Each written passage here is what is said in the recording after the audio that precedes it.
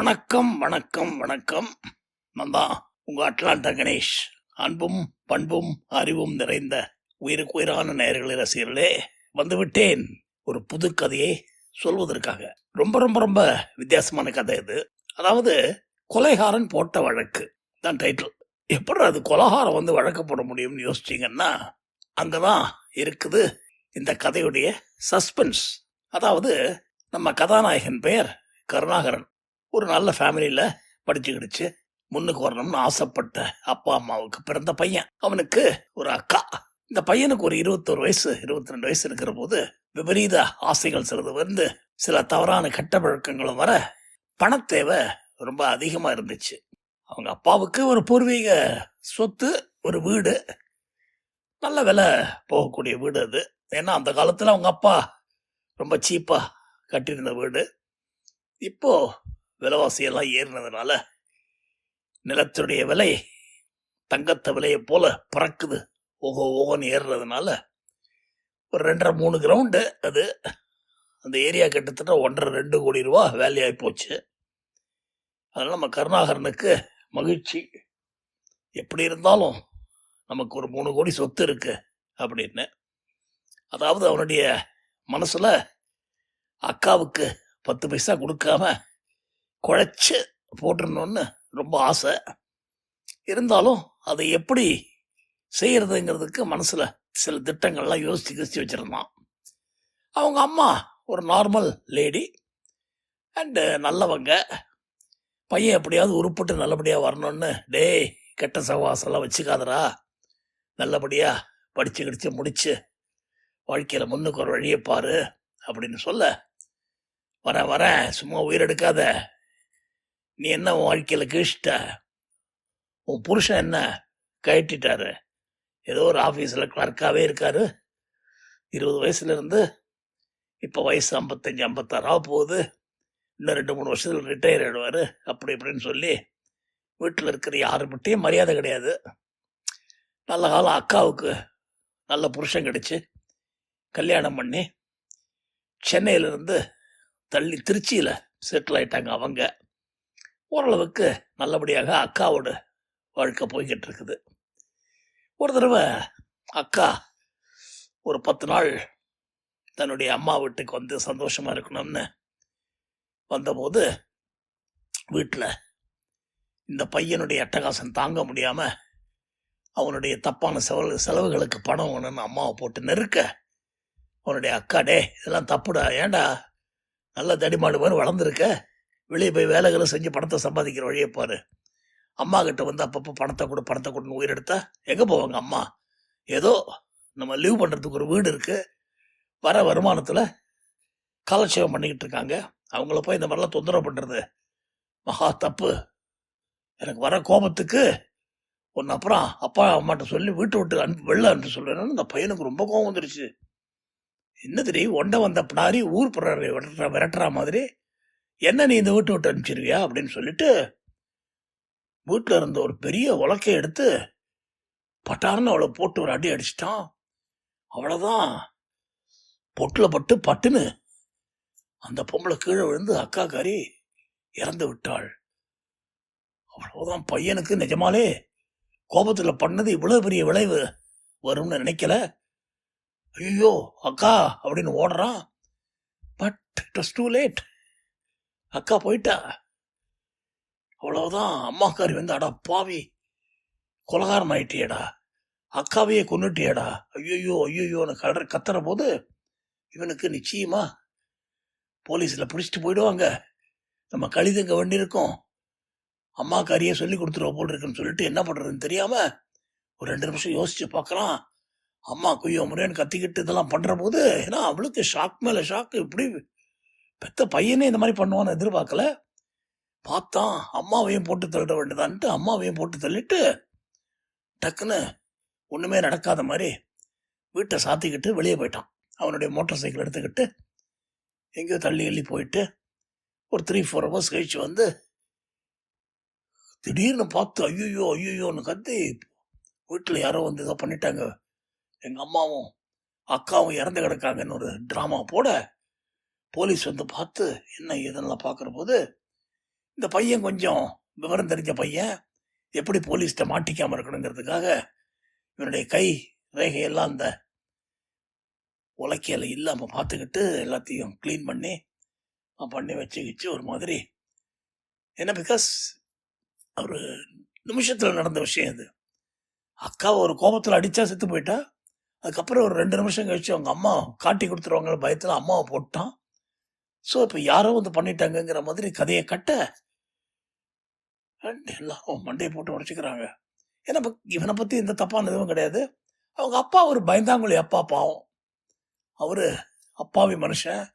அவரு வீட்டுக்கு வந்து ஐயோ ஐயோ யாரோ வந்து கொண்டுட்டாங்களே யாரோ வந்து கொண்டுட்டாங்களே. ஏன்னா பிகாஸ் அவருக்கு விஷயம் தெரியாது பையன் தான் செஞ்சான்னு.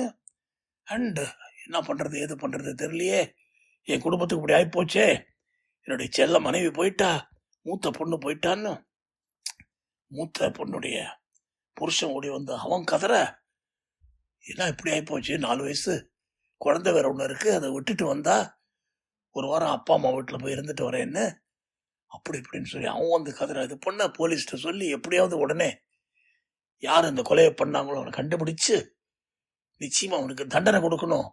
அப்பத்தான் என்னுடைய மாமியார் என்னுடைய மனைவி 2 பேருடைய ஆத்மாவும் சாந்தி அடையும்.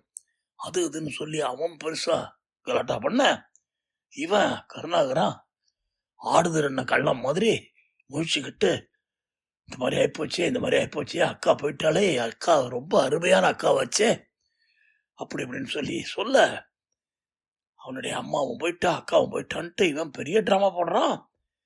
அப்பங்காரன் வந்து இவனை சமாதானப்படுத்தி என்னடா பண்ண முடியும், நடந்து போச்சுன்னு சொல்ல, பாவம் அப்பாவுக்கு நடந்த விஷயம் தெரியாததுனால இந்த மாதிரி போக. ஆனா ஒண்ணு முடிவு பண்ணிட்டான், அவளுடைய அக்கா புருஷன் இதை கண்டுபிடிக்காம விடக்கூடாதுன்னு சொல்லி போலீஸ்ல மேக்சிமம் ப்ரெஷர் கொடுத்து பெரிய பெரிய கான்ட்ராக்ட்லாம் பிடிச்சி கிடிச்சு இந்த கேஸுக்கு ஒரு ப்ரையாரிட்டி எல்லாம் பண்ணி அப்படி இப்படி பார்த்தா கடைசியில 1-2 சின்ன தடயத்துல இந்த பையன் கருணாகரன் மாட்டிக்கிறான். ஆஹா, வீட்டுக்குள்ளேயே இவன் தானா இந்த கொலையை பண்ணிட்டு யாரோ வந்து பண்ணிட்டாங்க நாடகம் போட்டானா ராஸ்கல் அப்படின்னு அப்பாவுக்கு ஷாக்கு. பையன் பண்ணியே இருக்க மாட்டான்னு அப்பா சொல்றாரு. அப்பா என் மேல வீண் பழிய போடுறாங்க பாருங்கப்பா, நீயும் வேற கையில கால விழறான். அப்பங்காரன் சேச்சா பையன் அதெல்லாம் பண்ணவே மாட்டான், நல்ல பையன், ஏதோ கொஞ்சம் 1-2 கெட்ட பழக்கம் இருந்தே தவிர அப்படின்லாம் சொல்லி சமாளிக்க பாக்குறாரு. ஒண்ணு நடக்கல. இவனை பிடிச்சு உள்ள போட்டுறாங்க. செஷன்ஸ் கோர்ட்ல இந்த கேஸ் போகுது. அதாவது இவனுக்கு நிச்சயமா ஆயுள் தண்டனை, டபுள் ஆயுள் தண்டனைன்னு போட்டுறாங்க. அக்காவையும் அம்மாவையும் கொண்டுட்டான்னு.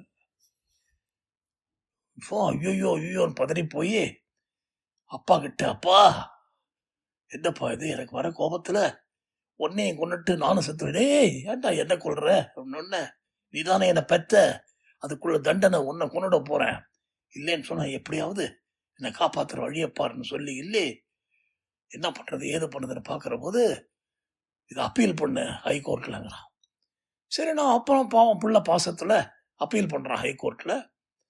ஹைகோர்ட்ல ஒரு 6 மாசம் 7 மாசம் இழுக்குது வைக்குது போகுது. ப்ரையாரிட்டியா இருக்கணும், அதா இருக்கணும், இதை இருக்கணும்னு எப்படியோ பாக்குறாங்க கேட்குறாங்க, எல்லாம் பண்ணி கடைசியில ஒரு மாதிரி அப்பாடி அப்படின்னு விடுதலை ஆகுது.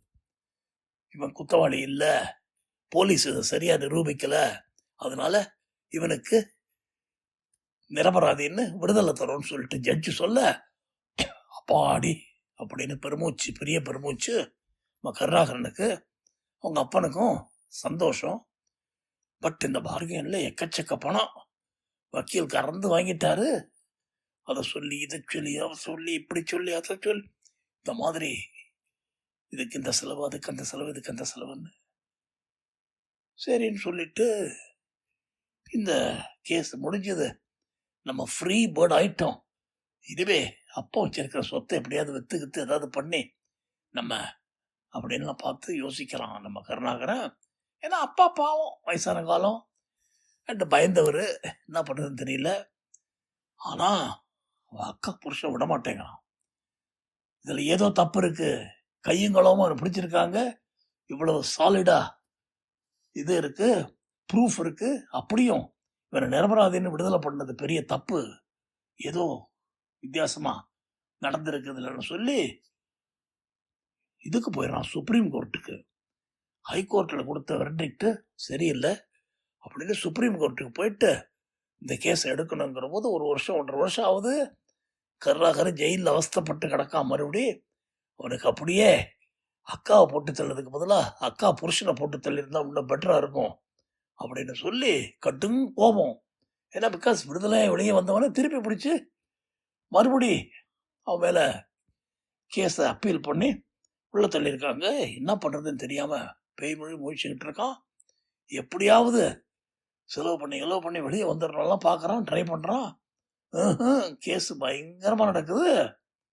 கடைசியில் ஹைகோர்ட் கொடுத்த முடிவு தப்பு, அந்த தீர்ப்பு அப்படின்னு சொல்லி இவனுக்கு செஷன்ஸ் கோர்ட் கொடுத்த தண்டனை தான் கரெக்டுன்னு 2 ஆயுள் தண்டனைன்னு இவன் வெளியே வர முடியாதபடி சுப்ரீம் கோர்ட்ல தீர்ப்பு சொல்ல ஷாக் ஆயிடுறான். டைட்டில் என்ன? கொலைகாரன் போட்ட வழக்கு. இவன் என்ன வழக்கு போட முடியும்? இப்போ அப்பத்தான் பூனைக்குட்டி வெளியே வந்தது. இவன் பார்த்தான், யாரு? நம்ம கருணாகரன். எனக்கு 1 கோடி ரூபாய் அந்த வக்கீல்கிட்டையும் ஜட்ஜிட்டையும் வாங்கி கொடுன்றான்.